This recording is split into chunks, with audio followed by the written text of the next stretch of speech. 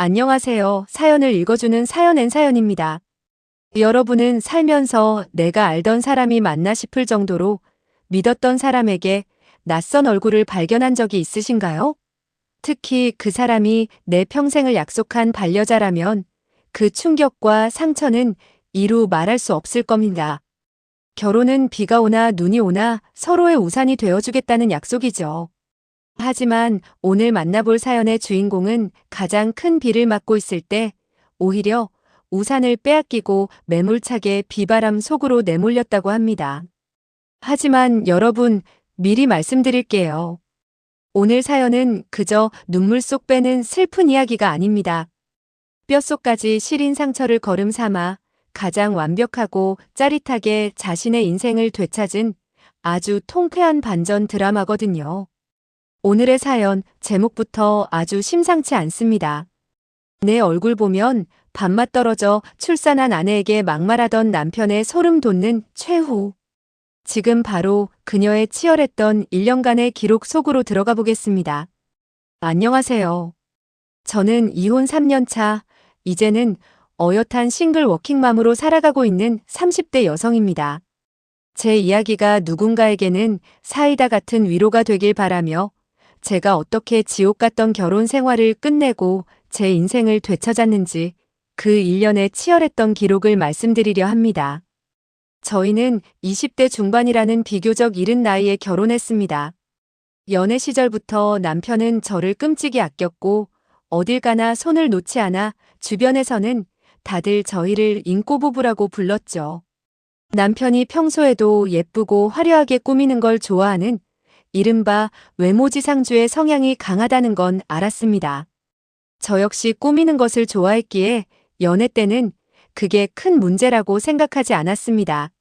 하지만 그 얄팍한 잣대가 온전히 저를 향해 그것도 가장 잔인한 방식으로 꽂힐 줄은 꿈에도 몰랐습니다. 비극의 서막은 제가 임신을 하면서부터 시작되었습니다. 새 생명을 품었으니 배가 나오고 체중이 늘어나는 것은 너무나도 당연하고 자연스러운 과정인데 남편의 시선은 날이 갈수록 싸늘해졌습니다. 입덧이 너무 심해 변기를 붙잡고 토하다가 겨우 진정이 되어 과일이라도 한 조각 먹으려 치면 남편은 혀를 차며 말했습니다. 자기야, 임산부라고 그렇게 넋놓고 다 먹어도 돼? 나중에 살 어떻게 빼려고 그래? 지금도 영 볼품이 없는데 좀 조절하면서 먹어. 처음엔 그저 철없는 소리려니 하고 넘겼지만 배가 불러올수록 남편의 구박은 횟수도 강도도 심해졌습니다. 같이 산책을 나가서도 제 걸음걸이가 둔해졌다며 뒤에 뚝 떨어져서 걷기 일쑤였죠. 그 절정은 출산 당일이었습니다.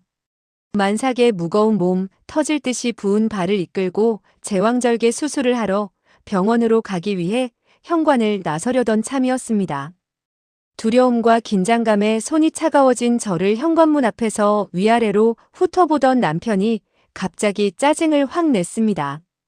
야, 너 진짜 그 쌩얼로 갈 거야? 비비크림이라도 좀 바르지 그래. 환자복 입고 하루 종일 병원에 같이 있어야 하는데 내 그 몰골 보니까 내가 다 창피해서 미치겠다. 수술실에 들어가 배를 갈라야 하는 아내에게 할 소리인가요? 저는 짐을 챙기다 말고 멍하니 서 있다가 결국 차 안에서 소리 죽여 펑펑 울어야 했습니다. 아이가 태어나면 자기 핏줄을 보면 달라질 줄 알았습니다. 하지만 철저한 오산이었습니다. 수술 부위가 아물지도 않아 제대로 걷지도 못하는 상태로 밤낮 없이 2~3시간마다 깨서 젖을 물리고 기저귀를 갈았습니다. 제 몸은 말 그대로 너덜너덜해졌는데 남편은 육아에 참여하기는커녕 매일같이 제게 비수를 꽂았습니다. 밥 좀 적당히 처먹어. 살은 대체 언제 뺄 건데? 남들은 애 낳고 금방금방 빼던데 넌 왜 그 모양이야? 모유 수유는 언제까지 할 건데? 가슴 다 처져서 쭈구리 된 거 진짜 너무 싫어. 보기 흉해. 집에 퍼져 있다고 세수도 안 하냐? 머리는 산발을 해가지고. 솔직히 너 이제 여자로 안 보인다. 단순한 막말을 넘어선 영혼을 파괴하는 악담이었습니다.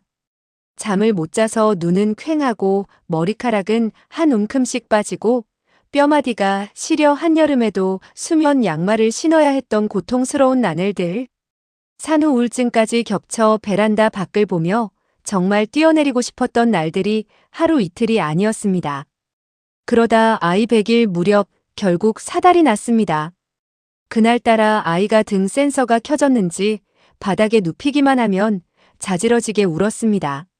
화장실도 제대로 못 가고 하루 종일 띠를 매고 아이를 안고 얼르다가 저녁 늦게 남편이 퇴근하고 나서야 겨우 아이를 눕혔습니다. 하루 종일 물 한 모금 제대로 못 마신 터라 덜덜 떨리는 손으로 냉장고에서 찬 반찬을 꺼내 식탁에 앉았습니다. 그때 방에서 옷을 갈아입고 나온 남편이 식탁에 앉은 저를 보더니 인상을 팍 구기며 말하더군요. 아씨, 진짜. 내 얼굴 보니까 밥맛이 뚝 떨어져서 도저히 밥을 못 먹겠다.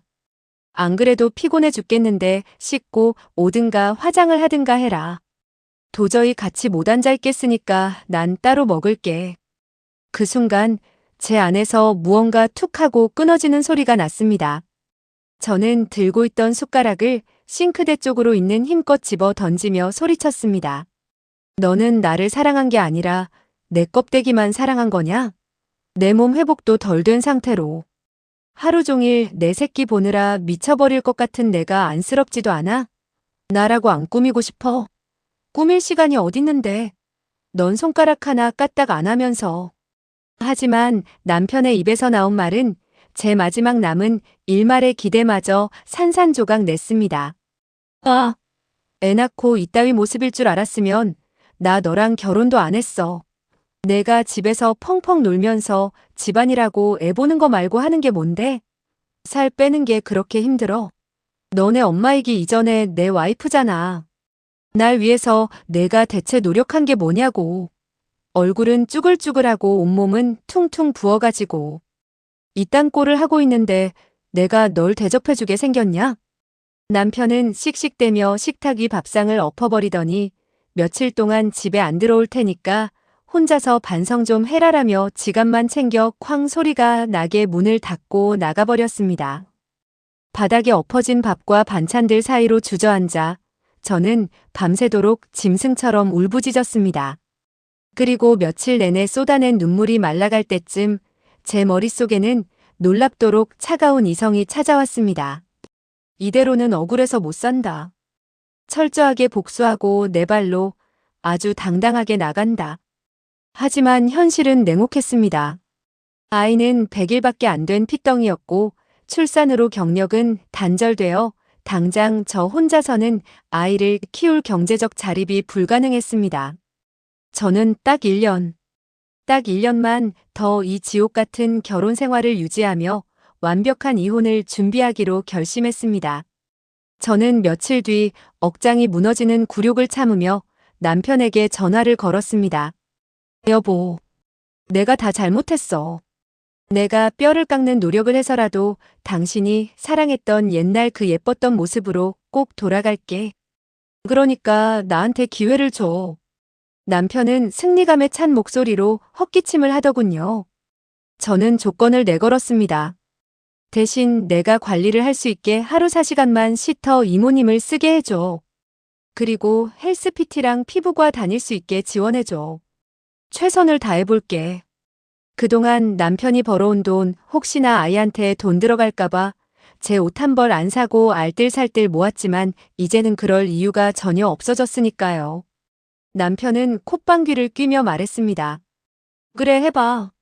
근데 1년 안에 옛날 모습으로 못 돌아오면 그땐 진짜 당장 이혼하고 집에서 쫓아낼 줄 알아. 그날부터 저의 피 말리는 이중생활이자 치열한 홀로서기 프로젝트가 시작되었습니다. 시터 이모님이 오시는 낮 4시간. 저는 미친 듯이 바벨을 들며 PT를 받았고 땀범벅이 된 채로 피부과에 가서 관리를 받았습니다. 굶다시피 식단을 조절하며 독하게 살을 뺐습니다. 그리고 시터 이모님이 퇴근하시고 육아를 한 뒤 아이가 잠든 깊은 밤부터 새벽까지는 코피를 쏟아가며 예전 경력을 살릴 수 있는 전문 자격증 공부를 했습니다.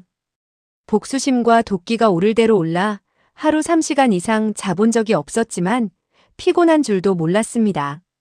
그렇게 몇 달이 지나 살이 10kg, 20kg 빠지고 피부가 예전의 생기를 되찾기 시작하자 남편의 태도가 180도 달라졌습니다.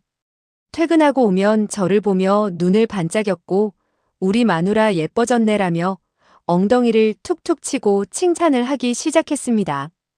애정 표현과 스킨십 강도도 노골적으로 높아졌습니다. 하지만 저는 남편의 손길이 스칠 때마다 등골에 소름이 끼치고 구역질이 났습니다. 오늘 하체 운동을 너무 세게 해서 온몸이 부서질 것 같아. 마법에 걸렸어. 몸이 너무 안 좋아. 저는 매일같이 온갖 핑계를 대며 스킨십을 거부했습니다. 겉모습 하나에 이토록 가볍게 태세를 전환하는 그 이중적이고 얄팍한 인간의 바닥을 보니 남아있던 오만 정까지 다 떨어져 나가 이혼 준비에 더욱 박차를 가할 수 있었습니다. 그러던 어느 날 남편이 샤워하러 들어간 사이 켜져 있던 컴퓨터 모니터에서 메신저 단톡방 알림이 계속 울리는 것을 보게 되었습니다. 무심코 화면을 본 저는 온몸의 피가 차갑게 식는 것을 느꼈습니다. 남편의 지인들이 모여있는 방이었습니다. 남편, 야, 우리 와이프 요즘 빡세게 관리하더니 다시 사람 되더라. 역시 여자는 돈 좀 발라주니까 이제 밖에도 좀 데리고 다닐만 해졌어. 키읔키읔키읔. 지인 1, 오, 형수님 리즈 시절로 돌아온 거임? 그럼 이번 부부 동반 모임에 무조건 데리고 나와요. 지인이 맞아. 우리 마누라들도 집에서 퍼져 있지 말고 보고 자극 좀 받게 하자. 여자는 긴장을 늦추면 안 됨. 키읔키읔키읔. 짐승들이 따로 없었습니다. 손이 부들부들 떨리고 헛구역질이 났지만 저는 침착하게 마우스를 움직여 그 대화 내용들을 전부 캡처하고 제 메일로 전송했습니다.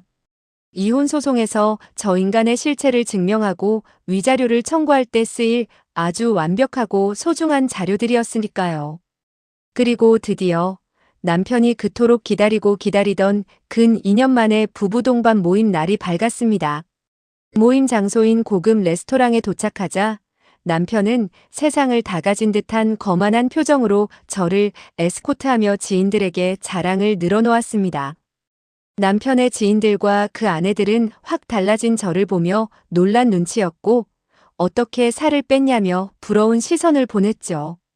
남편은 저를 한껏 치장된 쇼윈도에 마네킹이나 트로피처럼 세워두고 세상 둘도 없는 애처가인 척 아내를 위해 투자를 아끼지 않는 멋진 남편인 척 가증스러운 미소를 지으며 어깨를 으쓱거렸습니다.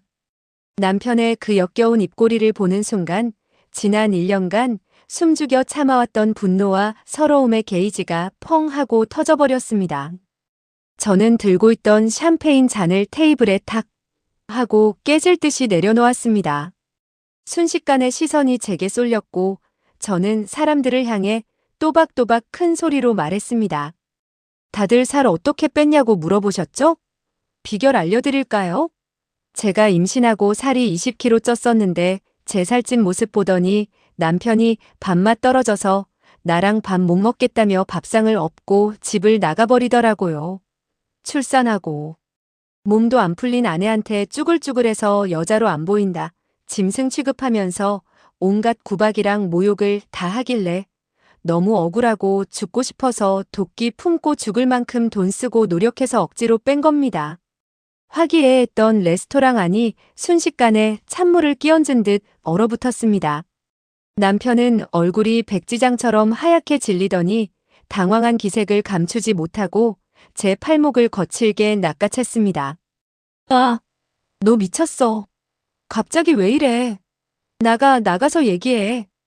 남들의 시선과 자신의 알량한 체면을 목숨보다 중요하게 생각하는 인간다운 반응이었습니다. 하지만 저는 낚아채인 팔을 거칠게 뿌리치며 한 발짝 뒤로 물러섰습니다. 어딜 놔. 매일 독박 육아로 뼈가 삭고 피 말라 죽어가는 아내한테 살 빼라 꾸며라 인격 모독이란 모독은 다 주더니 이제 사람 꼴 좀 갖추니까 모임에 데리고 다닐만 해졌다고. 지인들 카톡방에서 내 얘기 안주 삼아서 낄낄대던 악질 쓰레기 새끼야. 내가 사람이야. 남편은 눈이 뒤집혀서 핏대를 세우며 악을 썼습니다. 아, 안 닥쳐. 제정신이야? 당장 조용히 안 해. 하지만 주변의 분위기는 이미 완전히 역전되어 있었습니다. 방금 전까지 남편에게 맞장구를 치던 지인들조차 입을 떡 벌리고 와, 저 형 진짜 쓰레기네, 아무리 그래도 그렇지 사람이냐? 하며 남편을 경멸 어린 눈으로 쳐다보고 수군거렸습니다. 지인들의 아내들은 저를 동정 섞인 눈으로 바라보았고요. 완전히 코너에 몰려 그토록 아끼던 체면이 바닥을 치고 가루가 된 남편이 씩씩대며 마지막 자존심을 세우려 내뱉었습니다. 아, 씨발. 안 되겠다. 이혼해. 그래, 이혼하자고. 기다렸던 말이었습니다. 그래. 하자, 이혼. 나야말로 기다리던 바다. 내가 너 같은 인간 말종 쓰레기랑 어떻게 평생을 사냐. 저는 기다렸다는 듯이 가방을 열어 며칠 전부터 도장까지 찍어 완벽하게 준비해 둔 이혼 서류를 꺼내 남편의 얼굴을 향해 확 집어 던졌습니다. 팔랑거리며 바닥에 떨어지는 서류를 본 남편은 동공이 흔들리며 멍하니 서 있었습니다. 야, 너 진짜 미쳤어? 이혼은 무슨 이혼이야? 그러더니 어쩔 줄 몰라 하며 남편이 내뱉은 마지막 발악은 정말이지 가관이었습니다.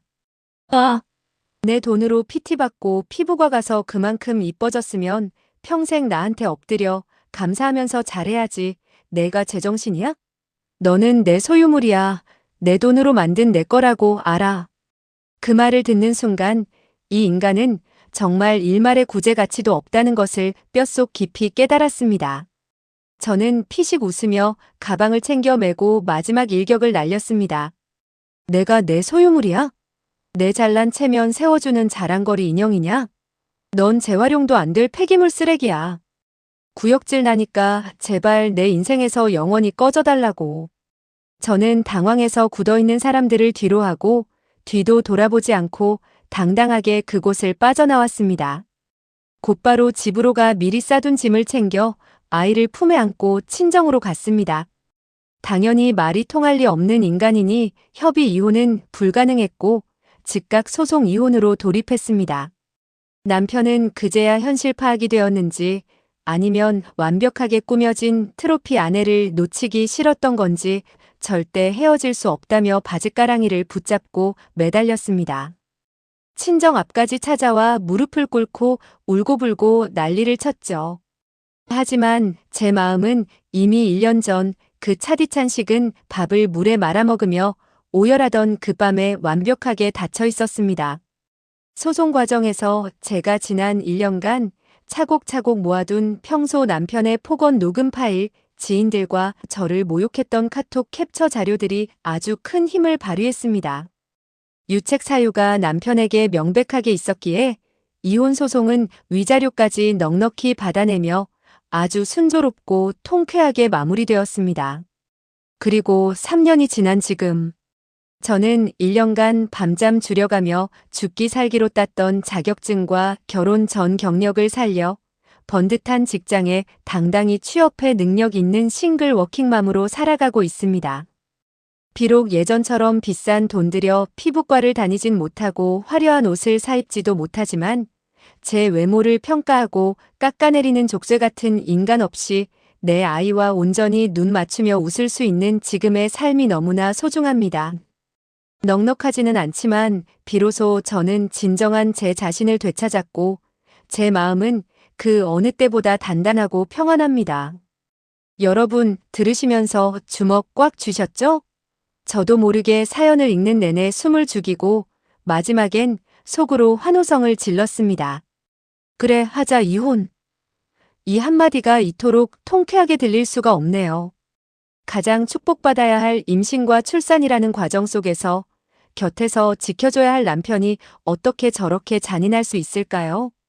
외모가 변했다고 아내를 짐승 취급하고 자신의 알량한 체면을 세워줄 소유물로만 여겼던 그 남편분. 결국 본인이 그토록 중요하게 생각하던 남들의 시선 앞에서 가장 처참하게 바닥을 드러내고 말았네요. 자업자득이라는 말은 이럴 때 쓰는 건가 봅니다. 무엇보다 제가 가장 박수를 쳐드리고 싶은 건 우리 사연자님의 그 놀라운 결단력과 끈기입니다. 그 지옥 같은 우울증과 상처 속에서도 섣불리 감정적으로 움직이지 않고 차가운 이성으로 1년이라는 시간 동안 완벽한 홀로서기를 준비하셨잖아요. 낮에는 땀 흘려 운동하고 밤에는 코피 쏟아가며 자격증 공부를 했던 그 1년. 그것은 단순한 복수를 넘어 온전히 나 자신을 사랑하고 지켜내기 위한 위대한 싸움이었습니다. 지금은 어엿한 싱글 워킹맘으로 아이와 함께 평안한 삶을 살고 계시다는 마지막 말씀에 제 마음까지 다 따뜻해지네요. 사연자님, 화려한 옷이나 비싼 관리가 없어도 지금 사연자님의 모습이 그 어떤 때보다 가장 눈부시고 아름다울 거라 확신합니다. 앞으로 두 모녀의 앞날에는 남의 시선에 얽매이지 않는 자유롭고 환한 웃음만 가득하기를 사연에서 응원하겠습니다. 저는 그럼 다음 사연으로 찾아오겠습니다. 구독과 좋아요, 알림 설정 부탁드립니다.